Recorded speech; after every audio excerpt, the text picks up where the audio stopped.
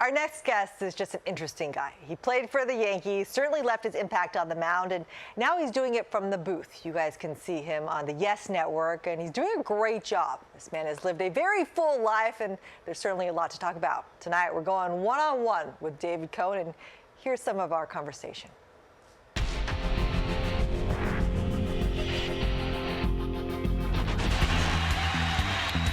Popped up and playable.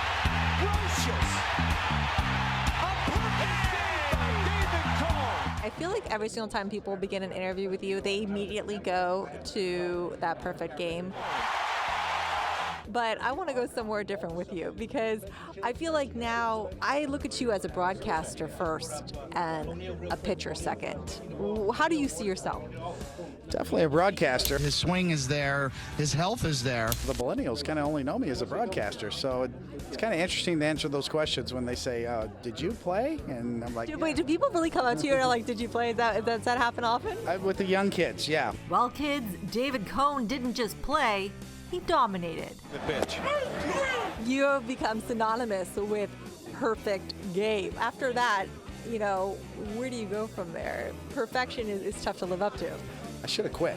Right after that game, I should have walked away and said thank you very much. But now, 16 years after his playing career, David has a new life and new priorities. People who watch you on TV, they know what you're up to professionally, but personally, what's going on with David Cohn? Personally, just trying to stay out of trouble. Is that right? Good, clean living. Yeah, obviously, playing for the Mets in the 80s is a wild group of players. We all have our reputations. What do you think your reputation was? Wild guy, right? It's, at this point, you just kind of have to own it. I'm really a very boring guy. I don't really believe that, by the way. I don't believe that for a second. I am. I'm a very boring guy. No, I got a late start. I have a 7-year-old, a boy named Sammy. I'm a father. You're a father and a boring guy. You said you realize that you say your reputation was wild. And look, you could read the books, but was there a story that stays in your head that maybe you're going to tell me it's not appropriate for TV?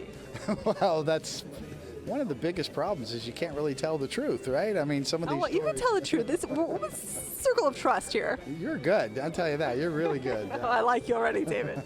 There's so many stories. I mean, the thing about those Mets teams back in the 80s, I mean, I wasn't on the 86 team that won the World Series, but I came the next spring. It was a very close-knit group. That group, there were some tight friendships.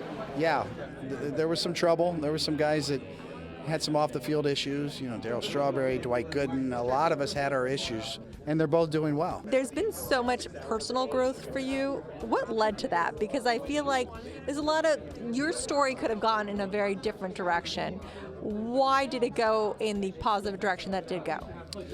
Well, I think you just live and learn, just reps, right? You learn from your mistakes, and then, it's the old fool me once, shame on you, fool me twice, shame on me, kind of an old cliche, but there really is some truth there. I think what really helped me was after playing 6 years for the Mets up to 1992, I got a chance to come back to New York as a Yankee. So the majority of my career, 6 years with the Mets and 6 years with the Yankees, afforded me a chance for a little redemption, afforded me a chance to write the final chapters of my New York career.